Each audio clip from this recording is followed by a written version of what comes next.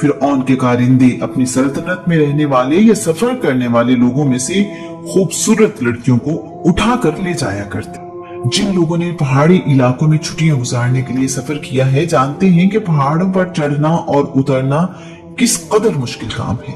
हम अपनी खुशी से जाते हैं और बहुत जल्दी थक जाते हैं। उन्वान, ऐ आग ठंडी हो जा और उसे सलामत रख।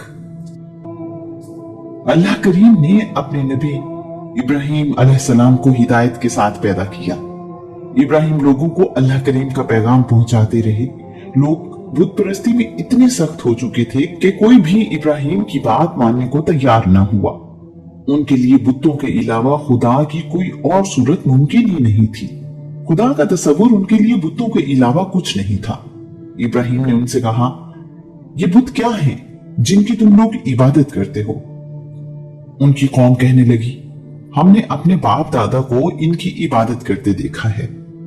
इब्राहिम बोले, बेशक तुम और तुम्हारे बाप दादा बुतों की इबादत करते हुए खुली गुमराही में रहे हो। लोगों ने पूछा, क्या तुम हमारे पास कोई सच्ची बात लेकर आए हो या दिल लगी कर रहे हो? इब्राहिम ने कहा, मैं तुमसे दिल लगी नहीं कर रहा। मेरा और तुम्हारा रब वही है जो आसमानों और जमीन को पैदा करने वाला है। मैं उसकी गवाही देने वालों में से हूं। खुदा की कसम, जब तुम पीठ फेर कर चले जाओगे तो मैं तुम्हारे बुतों के साथ एक चाल चलूंगा। अल्लाह के नबी इब्राहिम ने अपने इरादे किसी से छुपाए नहीं। उन्होंने अपनी कौम को पहले ही बता दिया था। उनकी कौम एक त्योहार मनाया करती थी जिसमें लोग खुले मैदान में चले जाते थे। इस त्योहार में तमाम लोग, बच्चे, जवान, बूढ़े शामिल हुआ करते थे।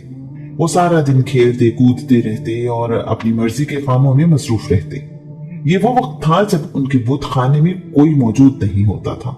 इब्राहिम ने हकीकत आश्कार करने के लिए इस मौके को मुनासिब समझा। वो एक कुल्हाड़ा लेकर उनकी इबादत गाह में चले गए। वहां जाकर देखा कि हाल के दरमियान एक बड़ा बुत, जिसे उनकी कौम खुदा समझती थी, मौजूद है। उसके दाएं और बाएं बहुत सारे बुत हैं। उन तमाम बुतों के सामने मिठाइयां और फल रखे हुए हैं। इब्राहिम ने वो मिठाइयां और फल उठाकर सबसे बड़े बुत के सामने रख दिए। इब्राहिम ने कुल्हाड़ा इस्तेमाल करते हुए तमाम छोटे बुतों को तोड़ा। किसी बुत का कान काट दिया तो किसी की नाक, किसी की आंख तो किसी का सर, किसी बुत की टांग काट दी तो किसी का बाजू। उसके बाद कुल्हाड़ा सबसे बड़े बुत के कंधे पर लटका दिया और खुद यहां से चले गए। उनकी कौम के लोग इबादत के लिए गए तो देखकर हैरान रह गए कि सिवाय बड़े बुत के कोई और बुत सलामत नहीं रहा। कुल्हाड़ा सबसे बड़े बुत के कंधे पर अटका हुआ था। एक लम्हे में उनकी अक्ल ने उन्हें समझाया कि बुत तो कहीं आ जा नहीं सकते, ना हिल सकते हैं। ये काम इस बड़े बुत का नहीं हो सकता। उन्हें बहुत गुस्सा आया। वो नमरूद बादशाह के पास गए और कहने लगे, हमें यकीन है कि उसी नौजवान ने हमारे खुदाओं को नुकसान पहुंचाया है जिसका नाम इब्राहिम है। वो हमारे खुदाओं के बारे में कहता है कि ये तो अपनी हिफाजत नहीं कर सकते, तुम्हारी हिफाजत क्या करेंगे। नमरूद के फौजी इब्राहिम को गिरफ्तार करके दरबार में ले आए। बादशाह का दरबार लोगों से भरा हुआ था। इब्राहिम से पूछा गया, क्या ये सब कुछ तुमने किया है? इब्राहिम ने इत्मीनान से जवाब दिया, मुझसे क्या पूछते हो? इस बड़े बुत से पूछो, इसी ने किया होगा। वो बताए अगर वो बोल सकता है तो। कौम इब्राहिम ने लाजवाब होकर कहा, तुम अच्छी तरह जानते हो ये बुत बोल नहीं सकते। वो लोग अल्लाह के नबी इब्राहिम की बात पर गौर करने लगे, मगर फिर अपनी जिद पर कायम रहे कि यही उनके खुदा हैं। इब्राहिम ने उन्हें समझाते हुए कहा, क्या तुम उन बुतों की इबादत करते हो जो ना तुम्हें फायदा पहुंचा सकते हैं ना ही कोई नुकसान? अफसोस है तुम लोगों पर। मैं हैरान हूं कि तुम अल्लाह करीम को छोड़कर इन बुतों की इबादत करते हो। क्या तुम इतना भी नहीं समझते? उन लोगों पर हकीकत खुली तो बजाय इसके कि वो एक खुदा पर ईमान लाते, शर्मिंदगी मिटाने के लिए इब्राहिम से उलझने लगे। नमरूद बादशाह ने फैसला सुनाया, इब्राहिम को जलती हुई आग में फेंक दिया जाए। ऐसे गुस्ताख की यही सजा है कि उसे जला दिया जाए। अल्लाह के नबी इब्राहिम को कैद कर दिया गया। इब्राहिम 7 साल कैद में रहे। बाबिल के करीब शहर कूसा में बहुत बड़ी जगह पर आग जलाने का इंतजाम किया जाने लगा। कई दिन तक लकड़ियां इकट्ठी की जाती रही। पूरी कौम इसी काम पर लग गई। हर किसी की जबान पर यही किस्सा था। लोग लकड़ियां इकट्ठी करते हुए मन्नतें मांगने लगे। अगर मेरा फुला काम हो गया तो मैं आग के लिए और लकड़ियां इकट्ठी करूंगा। आग जलाने का इंतजाम मुकम्मल हो गया तो उनको ख्याल आया कि इब्राहिम को आग में कैसे फेंके। इस काम के लिए मंजनीक मंगवाई गई। आग जब पूरी तरह भड़क उठी तो इब्राहिम को जेल से लाया गया। आग इतनी ज्यादा थी कि आसमान पर उड़ने वाले परिंदे भी दूर भाग गए।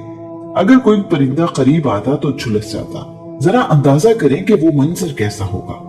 तन्हा इंसान, वो भी कैद में, पूरी कौम मुखालिफ। आग भी ऐसी कि किसी ने देखी न सुनी। जिंदगी तो दूर की बात, मौत भी पनाह मांगती होगी। इस सारी सूरत हाल में भी अल्लाह का नबी अपने रब का शुक्रगुजार बंदा है। उसे अपने मालिक पर यकीन है, उस पर ही भरोसा और इत्मीनान। आग और इब्राहिम का अंजाम देखने के लिए दूसरे शहरों से भी लोग आ गए। जिसे खबर मिलती कि बुतों के गुस्ताख को आग में जला दिया जाएगा, वो इधर का ही रुख कर लेता। सब खुश थे कि हमारे खुदाओं को बुरा कहने वाला दर्दनाक अंजाम को पहुंचेगा। आइंदा कोई हमारे खुदाओं के बारे में ऐसी जुर्रत नहीं करेगा। दूर दूर तक इंसानों का समंदर था और उनके दरमियान अल्लाह का हिदायत याफ्ता बंदा। इब्राहिम के हाथ पांव बांध दिए गए, उठाकर मंजनीक में डाल दिया गया। जिब्राईल अमीन अल्लाह के नबी के पास हाजिर होते हैं और कहते हैं, अगर आप चाहें तो मैं अपने पर फैला दूं ताकि आग आपको नुकसान न पहुंचाए। इब्राहिम पुरसकून अंदाज में जवाब देते हैं, मेरा रब जानता है कि मैं अपने लोगों को हिदायत की राह पर लाने के लिए कोशा हूं। मुझे किसी मदद की जरूरत नहीं। जब अल्लाह के नबी इब्राहिम को आग में फेंका जा रहा था तो उन्होंने कहा, मुझे अल्लाह काफी है और बेहतरीन भरोसे के काबिल वही है। इस कायनात के मालिक को अपने बंदे के ईमान और यकीन पर इतना प्यार आया कि आग को हुक्म दिया। हमने कहा, ए आग, तू इब्राहिम पर ठंडी हो जा और उसे सलामत रख। इब्राहिम को आग में फेंक दिया गया। आग कई दिन तक जलती रही। लोग खुशियां मनाते रहे कि हमारे खुदाओं ने गुस्ताख का क्या हशर कर दिया। उसने हमारे खुदाओं को झूठा कहा था। उन्हें क्या मालूम कि अल्लाह का प्यारा बंदा तो अपने रब की हिफाजत में है। आग उसका कुछ नहीं बिगाड़ सकती। आग बुझ गई तो सब लोग ये देखकर हैरान रह गए कि अल्लाह के नबी इब्राहिम को कोई नुकसान नहीं पहुंचा। नमरूद ने जब देखा कि इब्राहिम आग से मुकम्मल तौर पर महफूज रहे तो शर्मिंदा हुआ। इब्राहिम से कहने लगा, तुम्हारा रब तुम पर मेहरबान है। ये सब देखने के बाद इब्राहिम के खुदा पर ईमान लाना कितना आसान था। लेकिन हिदायत नसीब वालों को मिलती है, क्योंकि दिलों पर हुकूमत तो मेरे अल्लाह करीम की है। आग से बच जाने के बाद इब्राहिम अल जजीरा के शिमाल में वाक़े शहर हरान चले गए। वहां कहत पड़ा तो हिक्सोस के जमाने में मिस्र चले गए। अल्लाह के नबी इब्राहिम की सारी जिंदगी ही अल्लाह करीम की इताअत और बंदगी में गुजरी। उन्होंने बहुत से मुश्किल इम्तिहान देखे, लेकिन अल्लाह करीम पर भरोसा कम न हुआ और कामयाब होते रहे। इब्राहिम को अबुल अंबिया यानी नबियों का बाप भी कहा जाता है। आपकी औलाद में बहुत सारे नबी आए। इब्राहिम को खलीलुल्लाह यानी अल्लाह का दोस्त भी कहा जाता है। इब्राहिम की औलाद में ही तकरीबन 2500 साल बाद अल्लाह के आखिरी नबी मोहम्मद रसूलुल्लाह सल्लल्लाहु अलैहि वसल्लम पैदा हुए। आज के दौर में हमें ये बात बड़ी अजीब इसलिए महसूस होती है कि अल्लाह करीम ने इस बात से मना कर दिया, बेटे या बेटी की कुर्बानी नहीं की जा सकती।